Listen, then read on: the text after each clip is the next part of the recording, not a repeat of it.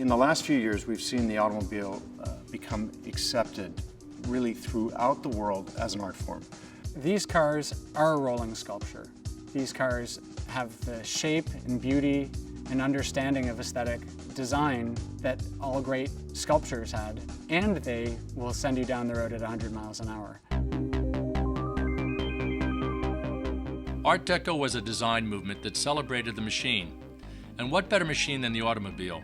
The purveyor of movement, a time machine that offered a glimpse into a future of unlimited freedom. Yet a machine designed by artists, whose canvas was metal, wood, leather, and glass, whose art smelled of oil and burning gasoline, a rolling sculpture that roared to life and sped off to the horizon.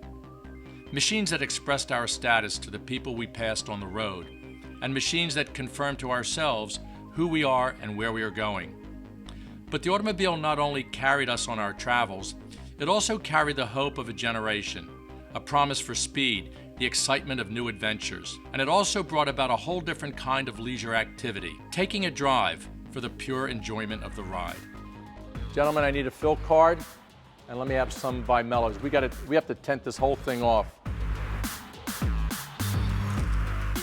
I'm Michael Furman, and I have keys to the most exclusive cars in the world. How? Through my camera. I find and shoot the world's most significant and rare automobiles, wherever they're hidden, and there's a story behind every single one. You can appreciate a car from behind a camera in ways that you never will sitting behind a steering wheel. My camera catches every nuance, every exquisite detail, and I've learned more about cars than just about anyone. Well, except maybe Phil. German cars were originally white, but they also went on during the war. The driver was a guy named Otto Merz. They call it the hippie car, French. Today we think of the pre-war Alfa Romeo as comparable to like a Lamborghini today. Go Ferrari, Lamborghini's not. You like Ferrari better? Performance, Okay. yeah. Phil is an automotive savant I can remember how to open the door. The whole door flips up. and my right-hand man. Together we travel the globe.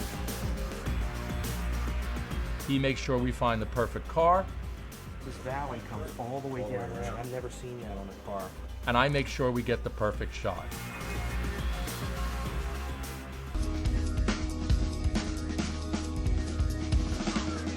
Phil and I have traveled to beautiful Southern California, home to great cars and great weather, where you can experience a drive along the iconic Pacific Coast Highway. Our mission? We're here to photograph two of the most significant cars in the world. A spectacular 1934 Voisin C25 Aerodyne and a Le Mans champion 1961 Ferrari 250 short wheelbase. Since 1950, on the third Sunday in August, about 200 of the most prized collector cars in the world transformed the best finishing hole in golf, the famed 18th fairway at Pebble Beach, into the most exclusive automotive competition. The occasion? The Pebble Beach Concours d'Elegance, where in 2011, the 1934 Voisin C25, designed by aviation pioneer Gabriel Voisin, claimed Best in Show, the world's biggest prize for style, beauty, and elegance. What's so interesting about Voisin is that here you had someone who is bringing with him this great sensitivity to weight to the automobile. So whereas many of the most prominent marques of its day were heavily building these cars with the singular idea of durability, now you have Voisin, and so you see the choice of lightweight alloys, you see new geometries, and a real kind of stripped down modernist treatment of the automobile. We're standing here in the Mullen Automotive Museum in Oxnard, California, and I'm with Richard Adato, an old friend of ours, and he's going to fill us in on a little bit of the background of Voisin before we look at the Aerodyne. This is a 1924 C11 Voisin. It took a lot of the aviation influences he had when he was an airplane builder. He made this car out of special metals, aluminum alloys. The knowledge of the airplanes transferred right into the styling of his cars. Airplanes used lightweight materials because they had to fly with maximum horsepower and minimum weight. It was a luxury model. It cost thousands of dollars. It was on par with a Bugatti or an Alfa Romeo at the time. So this car was expensive and really kind of cool. He took basic styling cues of the time and improved upon them. The idea here was to make a car elegant, fast, and stylish. This car has original fabric in it, and it's of the Art Deco styling. It's made by a very old company in France, and it's woven. This was the very traditional fabric, and we'll see this fabric again in the Aerodine. Phil and I are getting a ride in the C25 Aerodine, Pebble Beach winner. This doesn't happen every day of the week. This opportunity to ride in a car like the Voisin is so rare, and it's really exciting. We get to see a lot of great cars, but to ride in them, it's a whole different experience, from the visual, the sound, the smell. But when that roof is open up and you're sitting in the back, it's like a panoramic view. It's almost like going to an IMAX movie. The Mullen Automotive Museum is a new museum, opened in April 2010, and we are dedicated to having a new model of automotive museum, a museum in which we display not only automobiles, but the art of an era. So here we celebrate pre-war France, and we feel like it's important to show both cars and art because of the fact that there was this rich cross-pollination that existed between the two. The cars that you see here, almost without exception, are hand-built automobiles, and there was almost no time in the course of the 20th century where there was a closer relationship between those two. What Mr. Mullen has done is he's focused in just on French cars, and it's an incredible collection, and he was the first to really do that, especially here in the United States. It tells the story, the automotive history story, beautifully. The layout of the Mullen Automotive Museum is designed to evoke the grandeur of the Paris auto salons of the 1920s and 1930s. For the Mullens, this represents the apex of automotive development in the 20th century.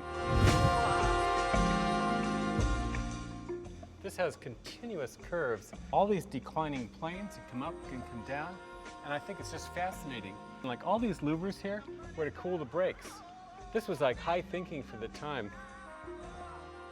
When the roof slides back, there's these little square or rectangular portholes that line up with a back window so that the passenger can always see out, and the driver has a good rear view.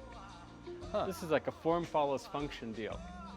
This car was a total departure from the rigid, upright bodies he was doing.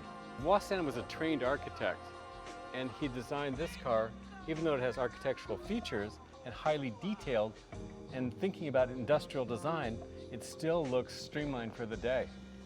Okay, let's figure out what we're going to do with this car. It's not going to be easy.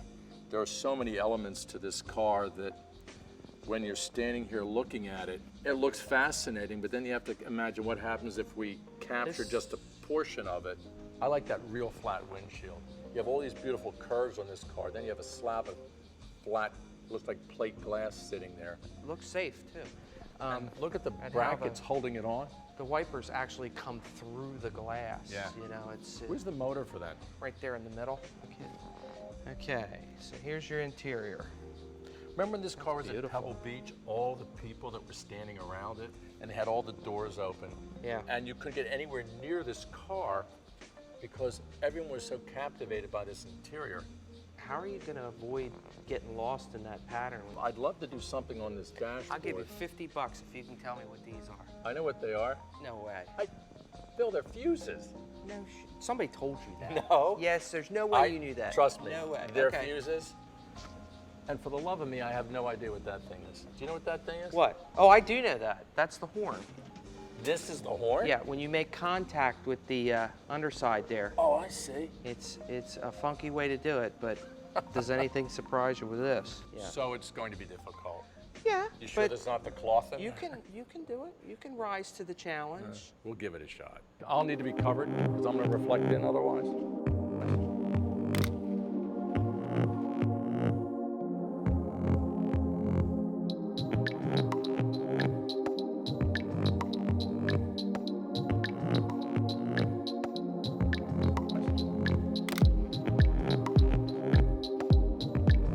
Ta-da. Is that a scarab in the Yes. middle of their logo?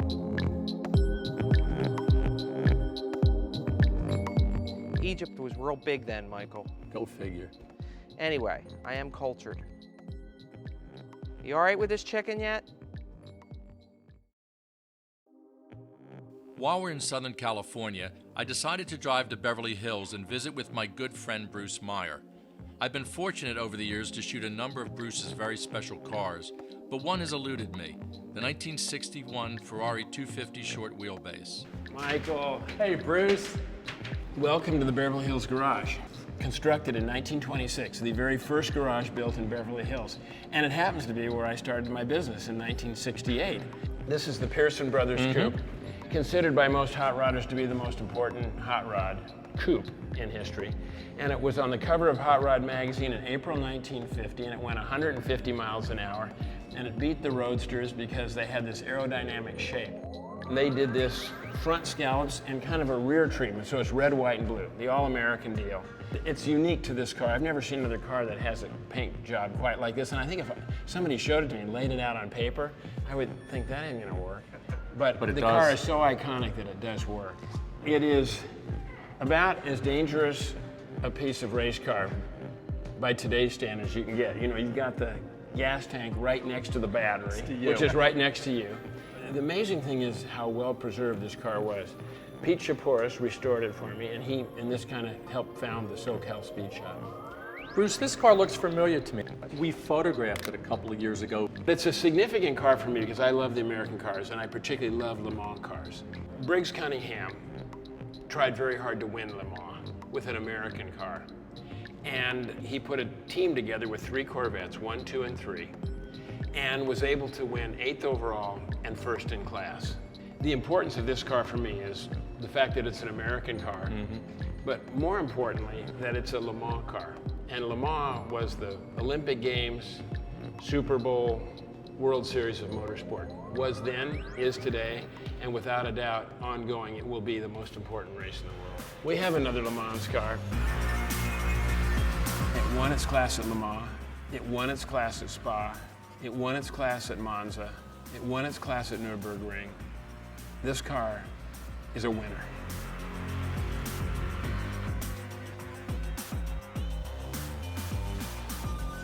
There are a few details that people frequently ask me about. One is the bug deflector, which really, really works. We took this on the Colorado Grand and hit a swarm of butterflies, and my wife was sitting over there and the windshield got plastered with bug debris, and I was totally clear. And it also keeps the windshield wipers from flapping at speed. This car is super lightweight. I mean, just feel the weight of the door. There's no window mechanism, just only the bare essentials. Well, they have a strap. I mean, Yeah. it's just like the old time. Right, it just, kind of raise the window like that, and just push on it and push down. The other distinguishing factor on this car is the pit light. When this car ran, they didn't have radio contact with cars, so the only way that they communicated was by this pit light. Like on the Corvette, it has a little blue light on top. So this was the way of communication, this pit light, and this is unique to this car as well. Another question that I get asked frequently is why it only has one cover over the exhaust. And in a 24-hour race, you have to refuel the car. And it's always, everything's in a big hurry. So you've got the quick fill here, and the gas comes flowing off as they pull away. And they've had horrible pit fires at Le Mans. And this is a shield to keep the fuel off the hot exhaust.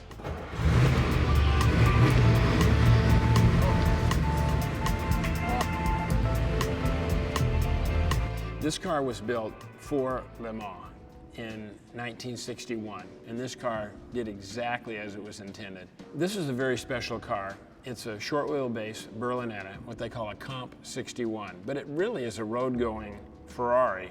Even though it has a bit of a hot rod motor and a lightweight body, it is still a grand touring car and a very special one. And it won its class at Le Mans. This car is a winner. We very rarely ever hear these cars running, and to hear the sound of a 12-cylinder Ferrari in a little alley off of Rodeo Drive is really something to hear. I am really excited to finally get this Ferrari under my lights. As it ships over to the studio, Bruce has agreed to give us a VIP tour at the Peterson Automotive Museum. It's not every day that you get a personal tour from the guy whose name is above the gallery entrance.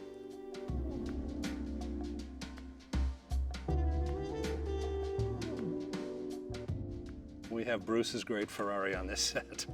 That's about as good as it gets. 1959, right after Le Mans, at the Paris Auto Salon, Ferrari introduces the short wheelbase car. The reason to go to a shorter wheelbase, not only for better maneuverability, but it saves weight. What Ferrari claimed about this car from the start was it was a dual-purpose automobile. You could drive it as a sports car on the road, you could drive it to the races, you could take the passenger seat out, tape over the headlights, race it for the day, and then, provided you didn't crash, you could drive it home at night. It was a completely different idea, and it was one that the FIA really pushed. Let's go around and make our list of what we're going to do. We're going to shoot the car from the side, and we're going to shoot it in that direction. When I'm given a new car to shoot, the first thing I consider is, why are we shooting the car? My first inclination is to go for the aesthetics, go for the shapes, go for the design of the car. Try to understand where the designer was coming from. Sometimes you've got to overlook the aesthetic to get what's important. But still, for me, a Ferrari, Has that high peak? this paint is spectacular. These gauges are lovely too. What also is really quite striking is how pretty this interior is. Now for the fun part.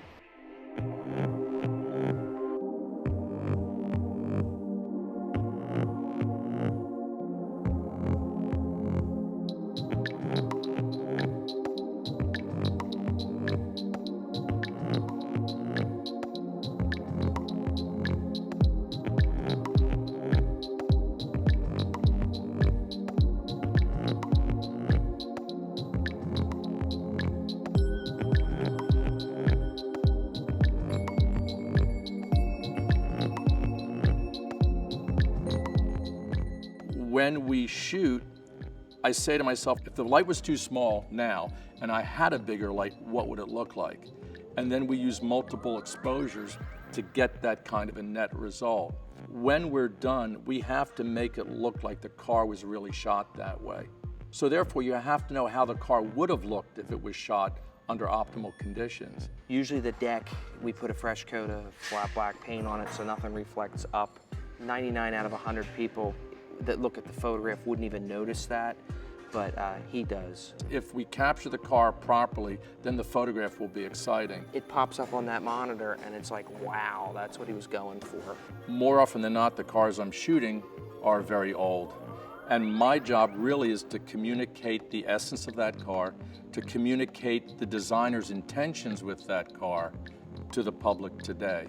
So we have to try to capture that design statement in timeless terms. We good? We're not good, so you're good. I'm good. I was born good.